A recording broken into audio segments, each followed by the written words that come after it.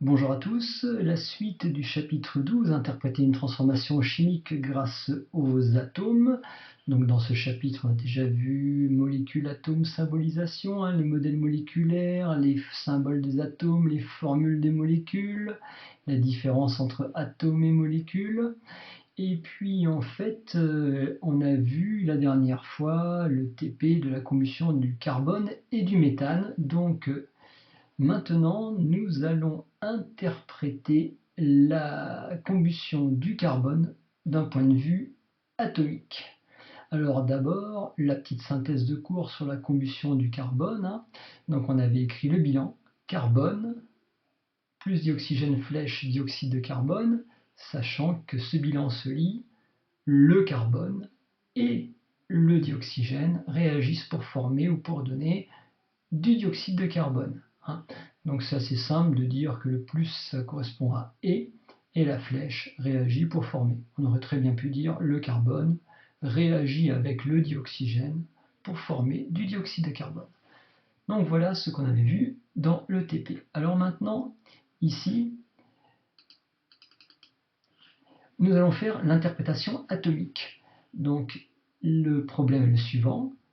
Là, c'est la combustion du carbone dans le dioxygène et tout le carbone brûle. C'est-à-dire que voilà, j'ai un morceau de charbon ou de fusain qui est ici, représenté par 6 atomes de carbone. Et là, en fait, maintenant, on va représenter ici les molécules et les atomes manquants, sachant que là, tout le carbone a brûlé, donc il a disparu.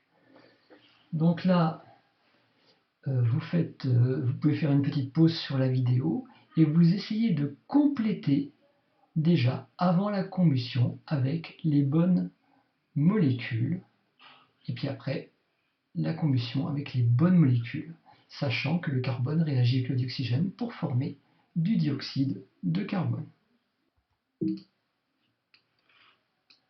Bien, alors n'oubliez pas de faire pause pour faire l'exemple. Donc on va voir ici la correction. Eh bien, il fallait représenter avant la combustion un minimum de 6 molécules de dioxygène.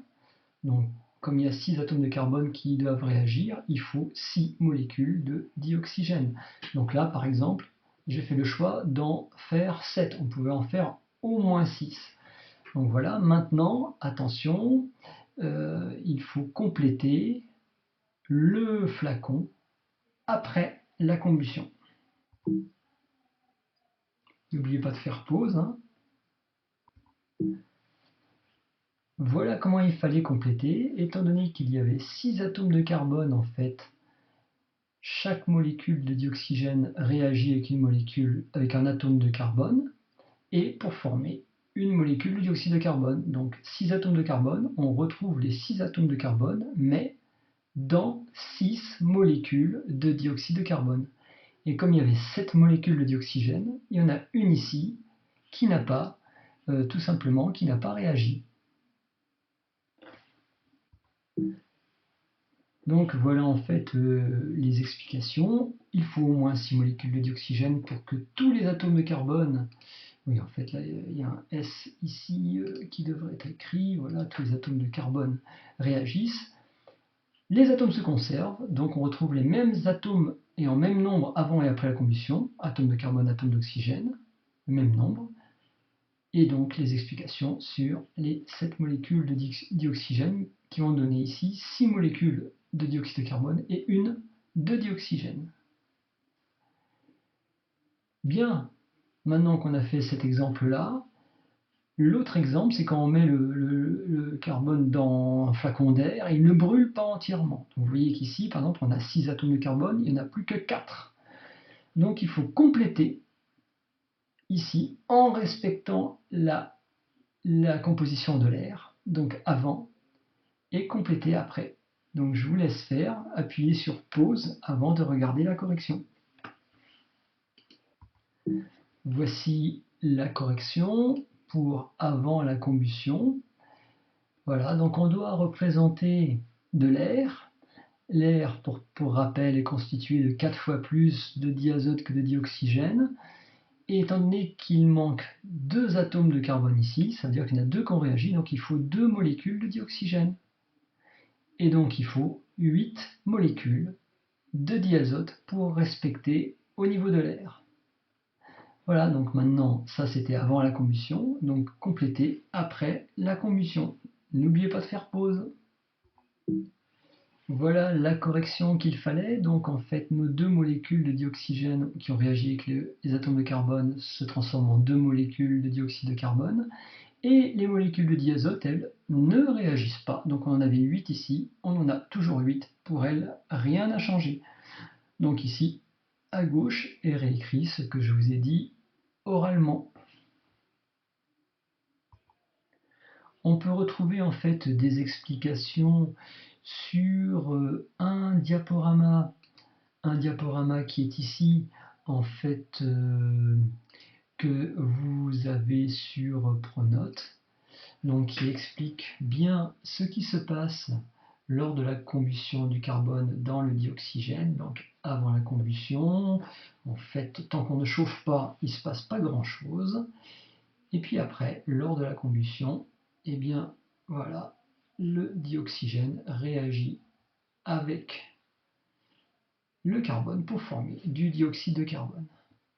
Bon, vous verrez que ce diaporama il est assez complet, hein. Je vous demande de bien le regarder. Alors en fait, vous avez une autre animation, hein, un petit fichier SWF. Donc là, vous voyez, on a du carbone, du dioxygène, et lorsque des molécules arrivent de dioxygène, elles réagissent avec le carbone. Donc on voit en fait le morceau de charbon qui disparaît petit à petit lors de la combustion du carbone. Bien, maintenant la dernière partie, c'est l'équation de la réaction. Alors on vient de voir, hein, lors d'une transformation chimique, aucun atome ne se perd ou ne se crée, il doit donc y avoir le même nombre de chaque sorte d'atomes dans les réactifs et dans les produits. L'équation qu'on n'a pas vue, l'équation de la réaction, précise le sens de la transformation chimique et elle traduit la conservation du nombre d'atomes. Alors on va faire ça tout doucement. Donc ici, on a un tableau récapitulatif.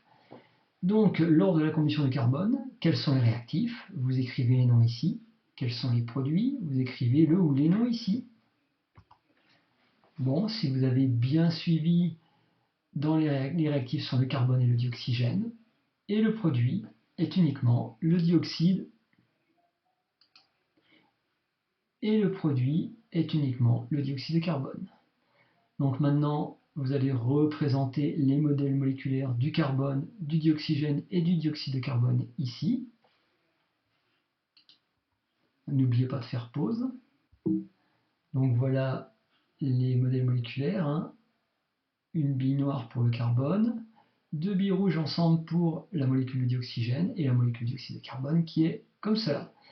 Alors maintenant, en fait, ici, l'équation de la réaction, vous allez voir, c'est assez simple. On remplace par les formules et finalement, on a le carbone, sa formule C, le dioxygène, la formule O2 et le dioxyde de carbone, formule CO2. Alors là, il n'y a pas de problème parce que ici, j'ai un atome de carbone dans les réactifs, 1 dans les produits, c'est bon.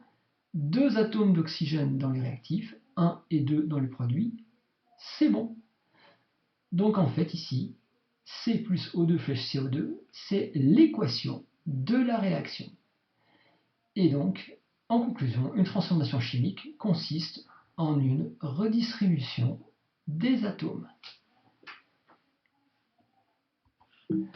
La signification de cette équation, c'est ici en moyenne un atome de carbone et une molécule de dioxygène réagissent pour former une molécule de dioxyde de carbone. Bien, dans la prochaine vidéo, nous verrons le cas de la combustion du méthane.